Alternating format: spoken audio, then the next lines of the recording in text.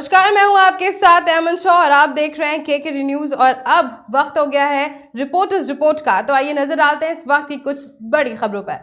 देवरिया जिले के सोंदा गांव में विधानसभा चुनाव के छठे चरण में होने वाले चुनावों को लेकर प्रधानमंत्री नरेंद्र मोदी ने सभी 7 विधानसभा सीट के बीजेपी उम्मीदवारों के पक्ष में विशाल जनसभा को संबोधित किया। इस दौरान पीएम नरेंद्र मोदी ने 7 प्रत्याशियों के लिए जनता से वोटों की अपील भी की। बता दें कि पीएम नरेंद्र मोदी की इस जनसभा में उनके साथ यूपी के मुखिया योगी आदित्यनाथ सहित कई बड़े नेता मौजूद रहे।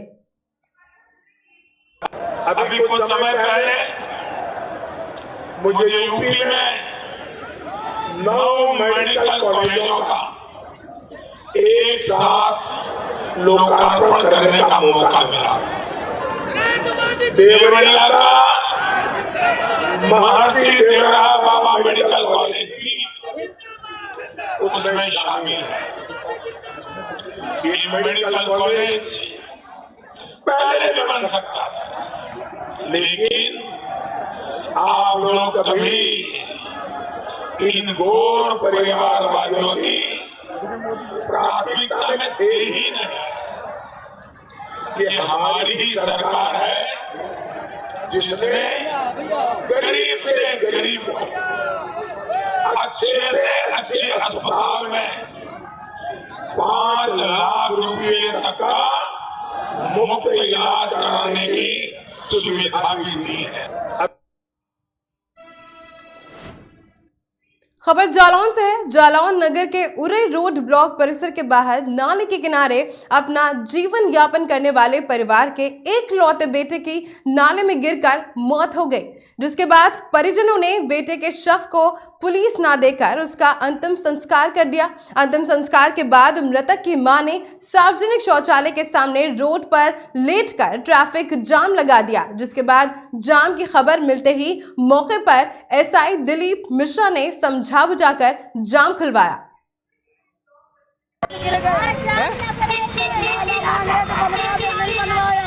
बच्चा गिरते गिर गया, जेबी मर गया। बताओ, सरकार इतनी अंधी है, हम लोग दादी का। अंबेडकर नगर के टांडा तहसील में गांव फरीदपुर कुतुब के सरकार की योजना महीने में 2 बार राशन पलीता लगा रहे हैं। बता दें कि कोटेदार से परेशान होकर गांव के लोगों ने उप जिलाधिकारी को लिखित शिकायत देकर न्याय की गुहार लगाई थी, लेकिन इस पर भी कार्यवाही नहीं हुई। इसलिए गांव के लोगों ने चुनाव बहिष्कार का ऐलान किया है। उनका कहना है कि जब तक न्याय नहीं मिलेगा वो मतदान नहीं करेंगे। दादी का समस्या है, राशन ना मिला। कितना दिन से राशन ना मिला? 3 महीना से राशन ना मिलता है। हाँ। जाते हत्काव कहा थी। कुछ ना मिलत हमरे सुन, कुछ ना मिलता नहीं। का विचार बात और सबका विचार ये बार राशन ना मिली तो ना दे, कोई ना दई जाई। सरकारी कोनो योजना ना मिलत बा, सरकारी योजना कुछ ना मिली। गौशाला मिला बना, आवास मिला बा, आवासो ना मिला हमारे सब, कुछ ना मिलत बा। रोकवे ना कुछ हमरा लोग। बलरामपुर के उतरौला में एमआई उस्मानी इंटर कॉलेज में कांग्रेस की राष्ट्रीय महासचिव और प्रदेश चुनाव प्रभारी प्रियंका गांधी ने कांग्रेस प्रत्याशी धीरेन्द्र प्रताप सिंह धीरू के समर्थन में जनसभा को संबोधित किया। इस दौरान उन्होंने कहा कि क्षेत्र की सबसे बड़ी समस्या किसानों की समस्या, बेरोजगारी, उपज की सही मूल्य न मिलने आदि है। इसके आगे उन्होंने कहा कि महंगाई, बेरोजगारी जैसी समस्याएं धर्म जाति को पूछकर नहीं आती हैं। बसपा, सपा और भाजपा धर्म और जाति की राजनीति है।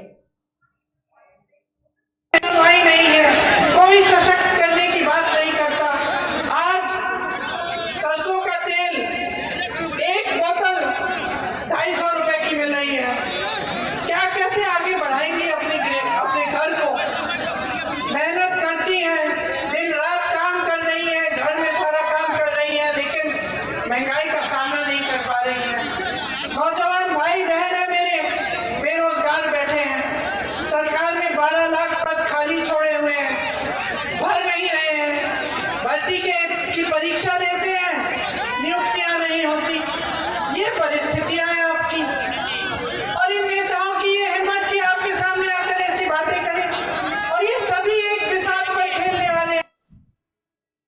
लखनऊ हरदोई मार्ग पर बदमाशों ने लूट की।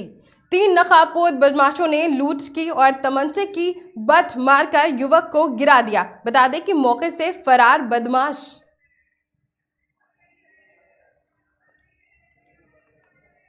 बदमाशों ने लूट किया। बता दें कि तमंचे की नोक पर युवक को बुरी तरीके से घायल हो गया है और वो मौके से फरार हो गए हैं।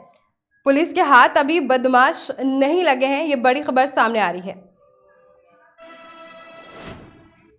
मध्य प्रदेश के रीवा नईगढ़ी तहसील स्थित ग्राम दुर्वी में बने 4 कमरे के मकान को गिरा दिया गया।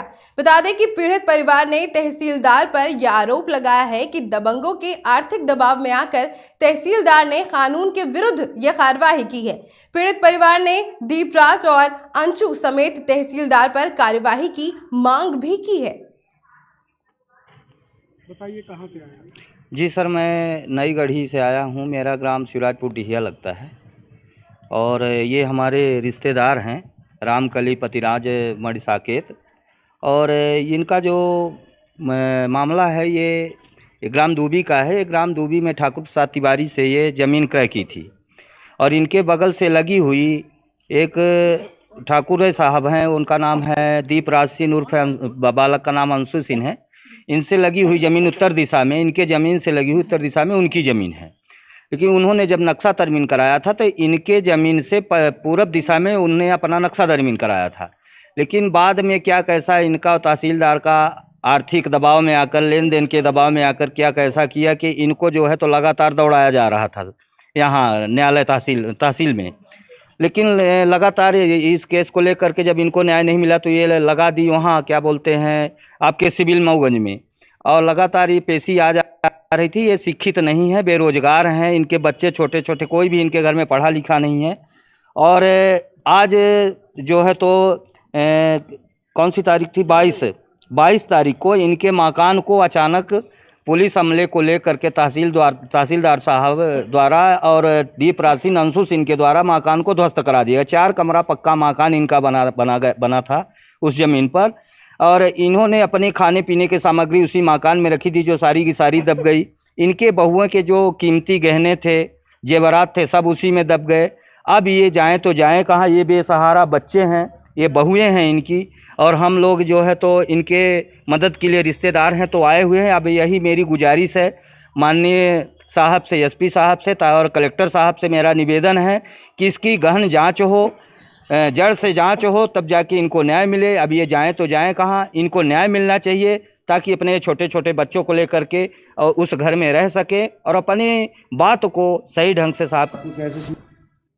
संभल में हमेशा स्वास्थ्य महकमे की लापरवाही की चर्चा होती रहती है। संभल के संयुक्त चिकित्सालय कुन्नौर में सीएमओ ने औचक निरीक्षण किया, जिसमें एसएससी प्रभारी ड्यूटी के समय पूजा पाठ करते रहे और एससीएससी पर ड्यूटी करने नहीं आए। बता दें कि सीएमओ अजय कुमार सक्सेना ने कहा कि डॉक्टर के लिए ड्यूटी ही पूजा है और ड्यूटी के समय ऐसी लापरवाही ठीक नहीं है। आपको कैसे सूचना मिली? अरे गाँव वालों ने बताई? कौन से गांव रहती हैं आप? सिलेटा। कितने बच्चे हैं आपके पास? 4 बच्चे हैं। क्या क्या हैं? 3 लड़का 1 लड़की। क्या करते थे ये पकौड़ी बनाते? पकौड़ी बनाते थे। क्या नाम है इनका? बताते नहीं, पता नाम है। कहाँ के रहने वाले हैं आप लोग? सिलेटा के। क्या नाम है आपका? जयप्रकाश। जयप्रकाश जी, आप जो दुर्घटना हुई है इसमें मृत्यु हुए हैं, कौन है आप इनके? हाँ, हम इनके बड़े भाई हैं। बड़े भाई हैं। बड़े भाई हैं। क्या जानकारी हुई, आप कैसे हुई है दुर्घटना? और गांव में ये थे साहब जी। तो हमारे गांव की मोटरसाइकिल कितने भाई हैं? जी मिली है दोनों। कितने भाई बहन हैं आप लोग परिवार में? 6 भाई हैं साहब। ये जो आपके भाई जिनकी दुर्घटना में मृत्यु हो गई, क्या करते थे? ये पकौड़ी बेचते साहब। अच्छा, क्या जानकारी हुई आपको, कैसे हुई है दुर्घटना? ये दुर्घटना साहब गांव से मोटरसाइकिल थी, उन्होंने खबर दी हमें। अच्छा। जी जी। हाँ, तो क्या कहा उन्होंने आपसे? ये कहा कि एक्सीडेंट हो गया प्रताप का। तो आप लोग भागे फिर वहाँ दुर्घटना? हाँ, लोग भागे हम। ठीक। मेरा नाम तो नरेश पाल है। नरेश पाल जी, आपको क्या जानकारी हुई, इस एक्सीडेंट कैसे हुआ है, क्या दुर्घटना हुई, इसमें मृत्यु हो गई? हम गांव में थे जी। तो हमें पता लगा कि हमारे गांव की मोटरसाइकिल चंदोसी से जा रही थी जी। उसने देखा कि ये पकौड़ी वाले तो हमारे गांव के ही हैं जी बुलेट से ये टक्कर मार के वो नीचे पड़े हुए थे ये जी। और तब गांव को फ़ोन करा, हम गांव से गाड़ी लेके अपनी और आए। अच्छा, जिनकी मृत्यु हुई है दुर्घटना में, उनका क्या नाम है? प्रताप। प्रताप। कितनी उम्र रही होगी इनकी? इनकी है 45 से 46 वर्ष करीब। क्या करते थे ये पकौड़ी का ठेला लगाते थी बाजार में। कहाँ पर? बाजार में। बाजार कौन से बाजार में? नरौली बाजार। नरौली बाजार में। अपने घर जा रहे थे? फिर घर जा रहे थे वापसी पकौड़ी बेचने। 20 मिनट हो चुके हैं सर। तो कोई अंदर से कोई जवाब आया? अंदर से? नहीं, अंदर से कोई जवाब नहीं आया। मैंने सुना था कि कहते हैं जो है डॉक्टर साहब जो है पूजा पाठ के बड़े पाबंद हैं और इस समय जो है कहते हैं अस्पताल में ओपीडी का टाइम हो रहा है। तो कई शिकायतें मेरे पास में आई थी कि ये ओपीडी के टाइम पे अपनी पूजा करते हैं, तो इसी चीज़ को जो है सुनिश्चित करने के लिए आज मैं यहाँ औचक निरीक्षण पे आया और आकर के देखा मैंने कि जो मैंने सुना था वो बिल्कुल सच है कि मेरे काफ़ी देर तक आवाज़ देने के बाद भी जो है ये जो है घर से बाहर नहीं निकले और अपने जो है ध्यान मुद्रा में इतने लग्न थे कि इनको जो है ईश्वर के अलावा जो इनके पास में जो मरीज़ हैं जो सब ईश्वरीय स्वरूप है उनकी सेवा करने से बेहतर ये जो है वो मूर्ति के सामने आंखें बंद करके ध्यान लगाना ज़्यादा पसंद करते हैं। और अस्पताल में इस समय जो है कहते हैं कौन क्या कर रहा है कौन क्या नहीं कर रहा ये कहना बिल्कुल जो है कहते हैं असंभव है। अभी मैं देखता हूँ कि कहते हैं जो है आज कितने मरीज़ देखे गए, कितनों को दवा वितरण किया गया और क्या क्या सुविधाएं या सेवाएं जो है आज उनको दी जा रही हैं। और मैं यही कहना चाहूँगा कि कहते हैं हम चिकित्सक हैं तो हमारा सबसे पहला जो है परम कर्तव्य ये है कि हम जो है अस्पताल में आए मरीज़ों की सेवा करें और यही हमें जो है कहते हैं शुरू से सिखाया जाता है। काम करना जो है कर्म पूजा है, उसके बाद फिर जो है इन सब चीज़ों के लिए कोई मनाही नहीं है। अगर आपका आत्मविश्वास है कि हमें कोई भी किसी धर्म का पालन करना चाहिए, पूजा करनी चाहिए, तो उसके लिए अलग से जो है समय विशेष निकाल करके आप उसको करिए। लेकिन यह है कि काम यूक्रेन में फंसे संभल के छात्रों की मदद की गुहार लगाई है। बता दें कि वीडियो जारी करके मदद मांगी है। भारत की सरकार से अपील की है कि वो जल्द ही से उनको वहां से निकाल ले। संभल के डीएम से भी वीडियो जारी करके ये बात कही है। बता दें कि यहाँ के हालात ठीक नहीं है और उन्होंने कहा है कि जल्द से जल्द हम सबको यहाँ से निकाला जाए। ग्राम निवासी पर्यावली का रहने वाला हूँ, जिला संभल। हम लोग अभी यूक्रेन में फंसे हुए हैं। यहाँ पर हमारा मैनेजमेंट कंटिन्यूसली हमारे को निकालने में हेल्प कर रहा है हंगरी बॉर्डर के थ्रू। बट यहाँ पे अभी कंडीशन हमारी साइड तो इतना प्रॉब्लम नहीं है, लेकिन अगर जैसे प्रॉब्लम कैपिटल में खार्किव में और कीव में चल रहा है उस हिसाब से हो सकता है कि यहाँ पर भी कुछ हो जाए। हम अपनी गवर्नमेंट से यही आग्रह करेंगे और विनती करेंगे कि हमको यहाँ से जितना जल्दी हो सके उतना जल्दी निकाला जाए। और यहाँ पर काफ़ी बच्चे हैं, गवर्नमेंट को सोचना चाहिए कि ज़्यादा से ज़्यादा फ़्लाइट चालू की जाएं। और हमको अभी प्रॉब्लम हो रही है कि हम लोगों के पास दूसरी कंट्री के वीज़ा नहीं है, तो हमारा मैनेजमेंट जो भी है वो पहले सारी ऑफिशियली जितना भी है वर्क उसको कर रहे हैं, उसके बाद हम लोगों को आगे भेज रहे हैं। हमारी यूनिवर्सिटी ने लगभग अभी 500 बच्चे भेज भी दिए हैं हंगरी बॉर्डर को। हंगरी से उन लोगों की फ़्लाइट भी है। अब हम मैं अपने संभल जिला के डीएम साहब से भी यही रिक्वेस्ट करूंगा कि जितना जल्दी हो सके आप हमको निकाला जाए। प्रदेश सरकार से आप भी कांटेक्ट करें कि जितना जल्दी हो हमको यहाँ से निकाला जाए। मैं यहाँ से हम बहुत सारे लोग हैं अपने संभल जिले के, मैं हूँ, मेरा भाई है और भी सारे लोग हैं, रामपुर के हैं, बिलारी, मुरादाबाद, जोया के बहुत सारे हैं, तो थामले के भी हैं। जितना जल्दी हो सके आप हमको यहाँ से निकालें। हम बहुत ज़्यादा परेशान हो चुके हैं और एकदम हालात कुछ ऐसे हैं कि अगर यहाँ से कोई सिक्योरिटी प्लेन भी निकल के जाता तो हमको लगता है कि पता नहीं यहाँ पे अटैक होने वाला है, ये क्या है। बहुत ज़्यादा हालात ख़राब हो चुके हैं। हमारे घर वाले बहुत ज़्यादा परेशान हैं हमको लेकर, वो बार बार हमको अपडेट देते हैं। और बस वही हम आपसे यही रिक्वेस्ट करेंगे, डीएम साहब से, एसपी जो भी इस वीडियो को देखें वो अपनी मिनिस्ट्री से हम भी यही रिक्वेस्ट करें कि जितना जल्दी हो सके हम लोगों को यहाँ से निकाला जाए। बस यही। Thank you so much. बीते दिनों हरिद्वार से गंगा जल लेकर आ रहे कांवरियों से हरिद्वार में एक एसआई द्वारा भद्रता की गई, जिसका वीडियो बड़ी ही तेजी से अब सोशल मीडिया पर वायरल हो रहा है। पुलिसकर्मी द्वारा कांवरियों से गाली गलौज की गई। इस कारण कांवरियों ने भारी रोष व्यक्त किया।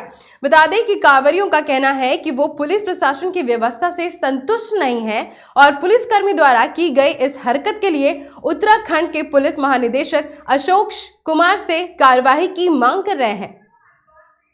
आप हरिद्वार में कांवड़ लेकर आए हैं, कहाँ आपका जो है निवास स्थान है, कहाँ जाएंगे? जी, मेरा निवास स्थान कदरपुर बिशनपुर है। जी, मैं हरिद्वार से पैदल यात्रा कर रहा हूँ। हरिद्वार में यात्रा करते समय आपको जो अनुभव रहा है वो आप हमारे दर्शकों को बताइए।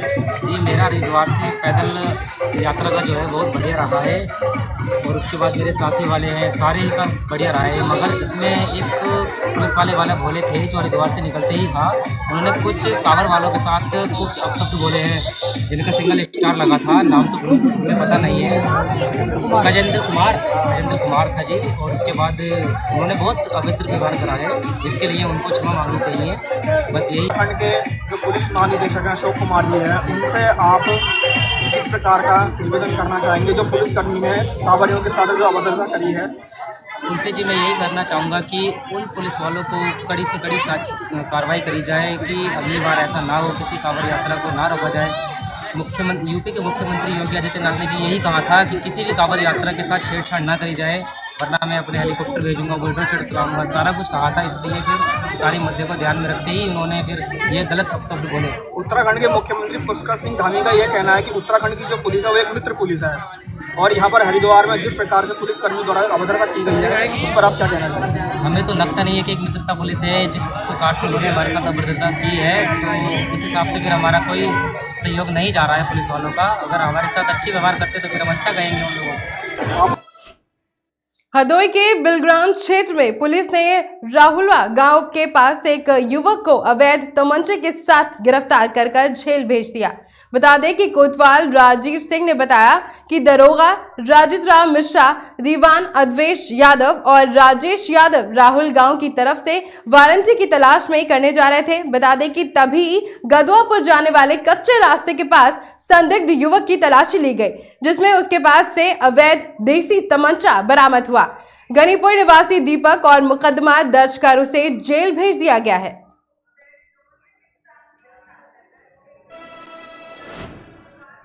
इन खबरों के साथ फिलहाल बस इतना ही। देश और दुनिया की तमाम खबरों के लिए बने रहें हमारे साथ और देखते रहें केकेडी न्यूज़।